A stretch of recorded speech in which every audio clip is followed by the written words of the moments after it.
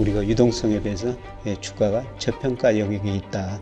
얼마든지 오를 여력이 있다. 이렇게 볼 수가 있습니다.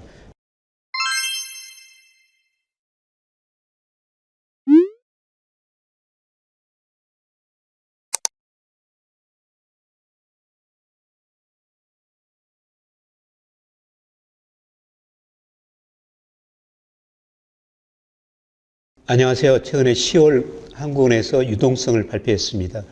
유동성이라는 건 간단히 말해가지고 한국은행에서 발행하는 화폐 발행에 그다음에 기존에 지금 보는 통화, 그다음에 M1, M2, LF, L 이런 통화 증가율이 어떻게 되느냐 이걸 발표한 건데요.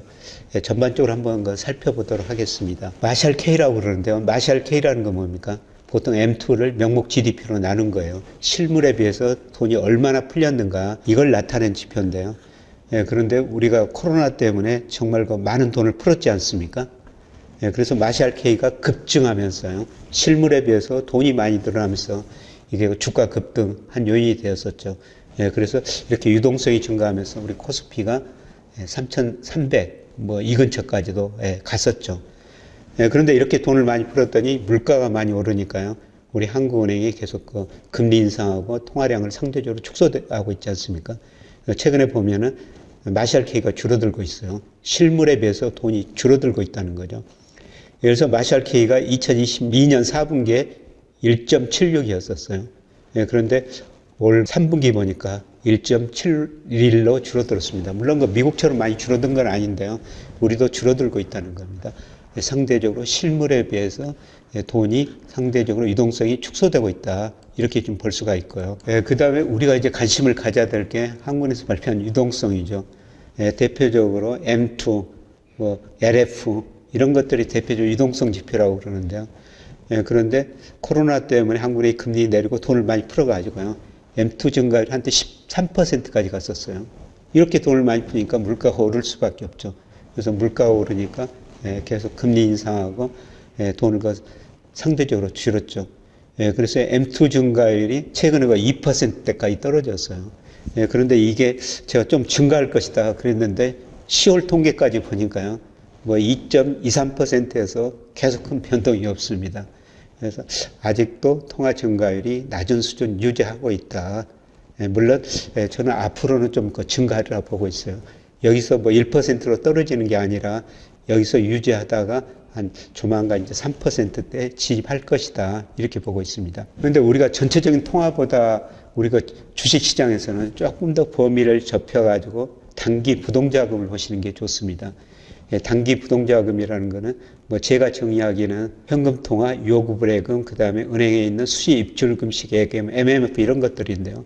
이런 것들은 지극히 단기 자금이에요. 돈이라는 게 눈이 있어가지고 수익률 높은 데로 이동한다는 거죠. 이런 돈들이 주식시장의 기대 수익률이 높으면 주식시장으로 갈 수 있고 부동산 시장 기대 수익률은 부동산으로 갈 수가 있다는 겁니다. 그래서 단기 부동자금을 보시는 게 굉장히 중요한데요. 그런데 단기 부동자금이 증가하다가 좀 감소세로 돌아서 버렸습니다. 그래서 지난 9월에는 한 1350조가 넘었었는데요. 10월 보니까 1436조로 조금 줄어들어 버렸습니다. 아직도 자금들이 안정성을 찾아가지고 은행 2년 만기 정기예금을 아직도 상대적으로 들어가고 있다는 겁니다. 그런데 저도 정기예금 들어놨었습니다만 작년에 1년 만기 5.0%였거든요. 그런데 최근에 보니까 다시 만기가 되어가지고 다시 그 은행에 보니까 가장 높은 금리가 3.9%로 나왔습니다. 이미 금리 떨어지고 있습니다. 제가 보기에는 3.9%도 높고요. 금리가 더 떨어지면은 이제 은행 정기예금으로 돈이 들어가고 아마 단기 부동자금 이쪽으로 돈이 들어오게 될 겁니다. 그래서 우리 단기 부동자금하고 제가 코스피하고 그래프를 그려놨는 건데요. 물론 주가가 모든 경제 변수에 선행합니다. 그래서 주가가 오르면은 단기 부동자금도 증가했습니다. 근데 최근에 11월에 주가가 올랐지만 10월에는 급락했지 않습니까? 그래서 단기 부동자금도 10월에 줄어든 거예요. 근데 11월에 코스피가 전달보다 한 11% 증가했지 않습니까? 그래서 이런 걸 보면 어떻습니까? 아마 11월 통계가 내년 1월에 발표가 되는데 그때 보면은 단기 부동자금도 증가했을 것이다. 이렇게 지금 볼 수가 있습니다. 그 다음에 이제 보다 적게 제가 증시 주변 자금이라고 정의했는데요. 이 증시 주변 자금이라는 것은 우리가 주식을 살 수 있는 고객탁금, 그 다음에 주식 채권형 펀드, 그 다음에 MMF. 최근에 MMF로 돈이 상당히 들어오고 있어요. 근데 이것도 전체적으로 제가 주로 올말 자료인데요. 코스피하고 비교해 보면 어떻습니까? 거의 같은 방향으로 움직이죠. 그런데 이 빨간 선이 최근에 계속 수준이 높아지고 있지 않습니까? 이런 의미에서 보면은 이제 주식을 살 수 있는 돈이 좀 더 늘어나고 있다. 이렇게 볼 수가 있습니다. 그 다음에 이제 중요한 거는 우리가 M2 가지고 제가 코스피 시가총액 평가를 해가지고요. 우리 코스피가 가대평가됐냐, 가소평가됐냐, 이런 걸 평가하는데요.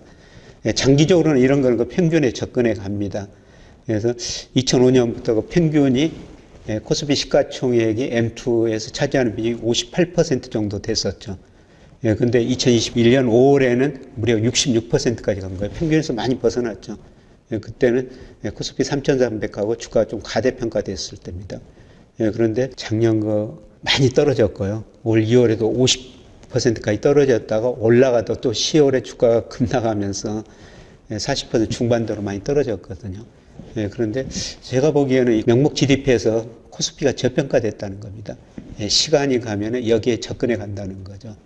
11월 아직 통화가 발표 안 됐습니다만 아마 12월 통계를 제가 전망해서 넣어보니까 51% 정도 되고 있어요. 10월보다는 많이 올랐을 거라는 겁니다. 중기적으로는 58% 평균에 접근해가는 과정이다.